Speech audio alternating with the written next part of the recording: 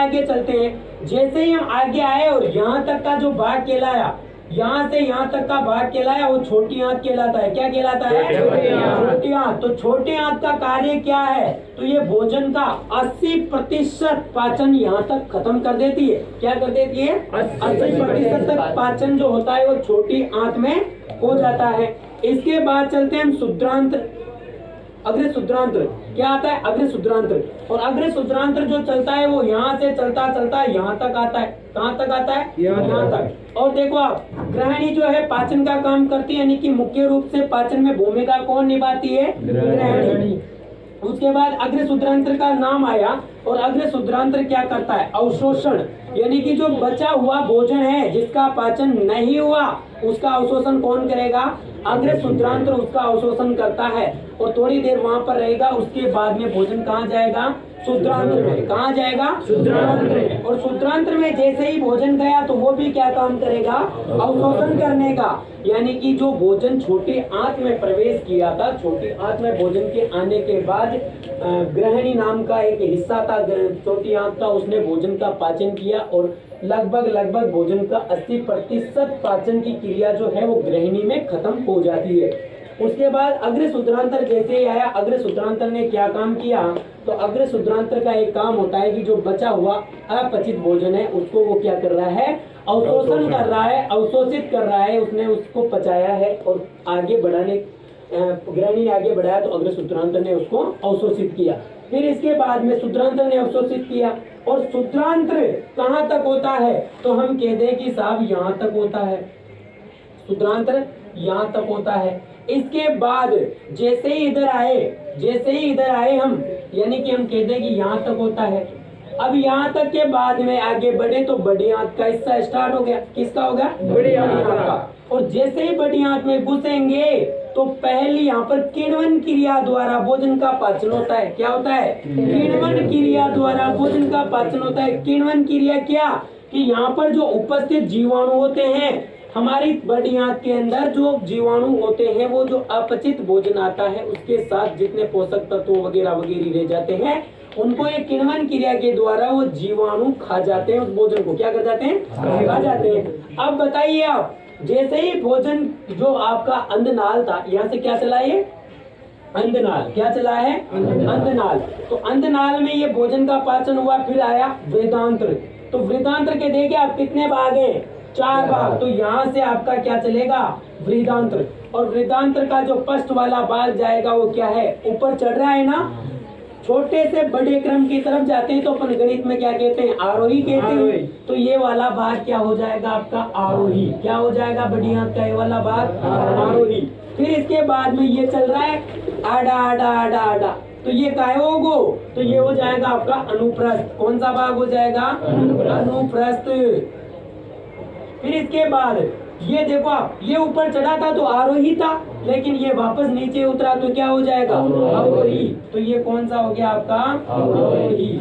और ये देखो टेढ़ा मेढ़ा जो दिख रहा है ना, वो किस आकार का है? सिग्माकार। क्या है वो? सिग्माकार।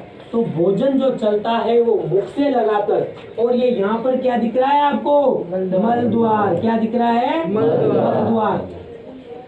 तो हम कहते हैं कि जो हमारा भोजन है वो हमने मुख से ग्रहण किया और कहाँ तक लेके गए उसे? मल द्वार तक। बताइए इसके बीच में कितना कष्ट सहना पड़ा होगा, कितना क्या करना पड़ा होगा, कितनी मशीनों ने काम किया। तो 7 मशीनें हमने पढ़ी है। कितनी मशीनें पढ़ी है? 7 मशीनें पढ़ी है। पहली मशीन क्या पढ़ी थी? मुख। दूसरी मशीन क्या पढ़ी थी? रसनली। तीसरी मशीन क्या पढ़ी थी? रासनली। चौथी मशीन क्या पढ़ी थी? अमाशय। पांचवी मशीन क्या पढ़ी थी? छोटी आंत। और छठी मशीन क्या पढ़ी थी? बड़ी आंत। और 7वीं मशीन क्या है? मल द्वार। तो मल द्वार के जस्ट अपन जैसे ही आए, आरोही क्या करेगा? भोजन को ऊपर चढ़ाएगा वापस। फिर अवरोही क्या, अनुप्रस्थ क्या करेगा? उसको सारे दूसरी तरफ भेज देगा। फिर अवरोही क्या करेगा? वापस उसको नीचे भेजेगा। और सिग्मा के आकार क्या करेगा? उसको मलाशय में ले जाएगा। और मलाशय में जितना भी अपशिष्ट है वो एक जगह पर एकत्रित होगा।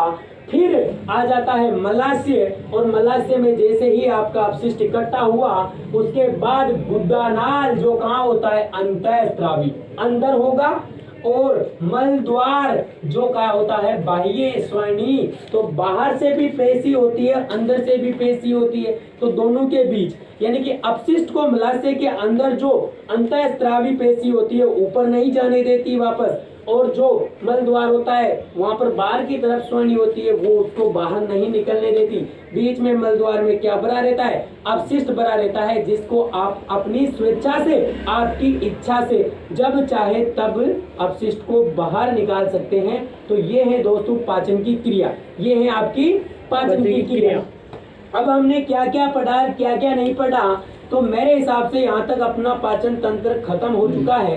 क्यों? क्योंकि अपन जैसे मान लीजिए पाचन में क्या क्या बातें कर चुके। ग्रंथियों के बारे में मैंने लाल ग्रंथि की बात कल कर ली थी, उसके बाद अग्नाशय ग्रंथि यहाँ पर कर ली, यकृत ग्रंथि यहाँ पर कर ली, और क्या कहते हैं छोटी आंत करी ली, बड़ी आंत करी ली, मलाशय करी लिया, मल द्वार करी लिया, और कल क्या कर लिया था? कल क्या कर लिया था? मुख कर लिया था, ग्रसनी कर लिया था, ग्रास नली कर लिया था, और क्या कर लिया था?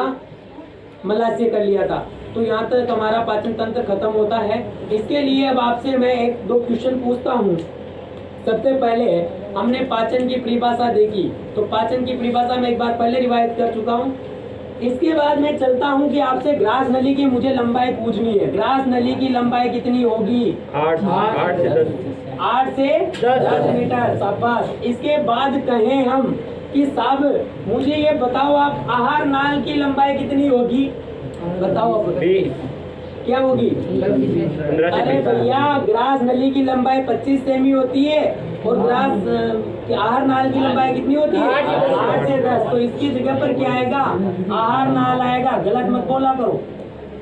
आहार नाल की लंबाई मीटर में होगी, क्योंकि मुख से लगाकर मल द्वार तक जाती है, तो इसमें हमारे मीटर में होगी। और जब हम कहें कि भाई साहब क्या ग्रास नली की लंबाई कितनी होगी, तो 25 सेमी होगी। लेकिन अमाशय का आकार कैसा होगा? किस तरह का होगा अमाशय? उल्टा यू, जे के आकार का होगा। किसके आकार के होगा? जे के आकार का। यू के आकार का क्या होता है? यू के आकार का क्या होता है? उल्टे यू के आकार का यकृत ग्रंथि, यकृत ग्रंथि होती है उल्टे यू के आकार की। तो हमें ये याद रखने 2 मिनट। अब चलिए, अब हम जब पढ़ रहे थे लार ग्रंथि, वहां पर अपन ने पढ़ा था कि दो क्या पढ़े थे अपन ने? एंजाइम पढ़े थे। एक तो पेप्सिन पढ़ा था और एक रेनिन पढ़ा था। तो पेप्सिन का क्या कार्य था? पेप्सिन का क्या कार्य था? प्रोटीन को। तो पेप्सिन ने क्या किया था? प्रोटीन को पेप्टाइड में बदला था। और पेप्टाइड को क्या कहा था यहाँ पर? प्रोटीन को पेप्टाइड में बदल दिया। इसके बाद एक और आया रेनिन। और रेनिन ने क्या किया? दूध का पाचन किया। आपको सिर्फ इतना सा याद रखना है कि दूध का पाचन करती है। और रेनिन जो होता है कौन से बच्चों में ज्यादा प्रभावी होता है? छोटे बच्चों में। तो अवस्था में ये अधिकतर क्या कहते हैं एंजाइम स्रावित होता है जो दूध का पाचन करता है। और दूध में कौन सा प्रोटीन पाया जाता है? तो केसीन प्रोटीन पाया जाता है। कौन सा पाया जाता है? केसीन प्रोटीन पाया जाता है। तो उसको क्या कहते हैं? उसको क्या करते हैं? हो गया? ठीक है, बंद कर दे।